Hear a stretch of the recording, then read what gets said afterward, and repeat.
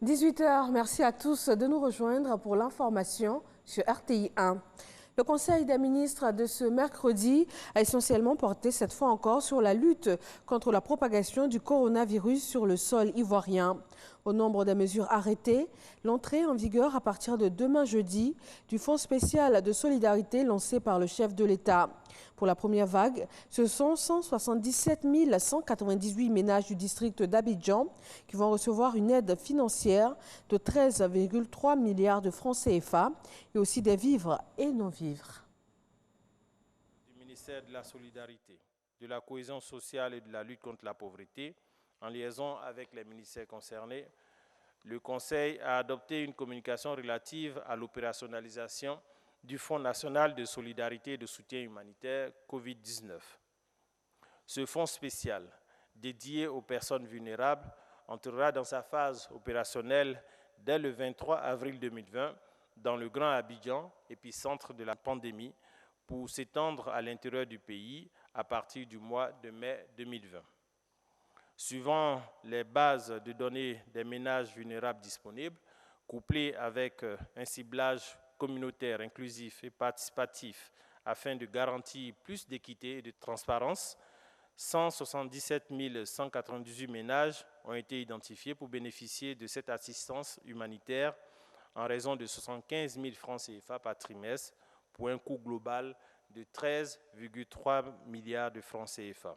Dans le contexte de crise sanitaire actuelle, l'option de la distribution électronique de l'aide par transfert monétaire a été préférée afin de minimiser au maximum la distribution physique des vivres et non-vivres et d'éviter des attroupements vecteurs de propagation de la maladie.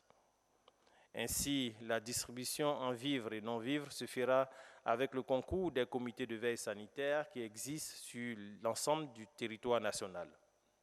Ces comités sont composés des préfets, des sous-préfets, des élus locaux, des leaders communautaires ainsi que des représentants des ministères techniques. Relativement au soutien psychologique prévu dans le cadre de cet élan de solidarité nationale, un centre d'appel animé par une équipe de psychologues, de psychiatres et de travailleurs sociaux sera ouvert et fonctionnel 24 heures sur 24 et 7 jours sur 7.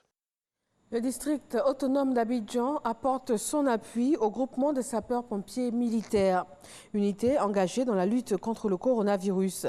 Des produits pharmaceutiques et également du matériel médical d'une valeur de 34 millions de francs CFA afin de renforcer la capacité des soldats du feu en cette période de crise sanitaire. Une réfugiée palestinienne installée dans un camp de réfugiés au Liban a contracté le coronavirus. Ce premier cas dans un camp de réfugiés a été transféré dans un hôpital public et le camp a été bouclé dès hier soir. Il est interdit d'y entrer ou encore d'en sortir. Les populations du camp ont été appelées à rester confinées et à éviter tout rassemblement. Le Liban a officiellement recensé 677 personnes atteintes du nouveau coronavirus, dont 21 décès à travers tout le pays. Dans cette lutte contre le coronavirus, l'Inde a décidé d'utiliser des tests rapides produits par la Chine. Mais les marges d'erreur de ces tests sont trop importantes, allant de 6% à 71% par rapport aux tests pratiqués en laboratoire. New Delhi a finalement suspendu pour 2 jours leur utilisation en attendant une évaluation. Mais ce sont déjà 650 000 de ces tests que le pays a reçus de la Chine afin de permettre d'accroître le dépistage. Mais ces premiers tests indiquant donc un échantillon défectueux, les essais cliniques sont suspendus. Le coronavirus vient de paralyser l'économie mondiale alors que la production pétrolière bat des records.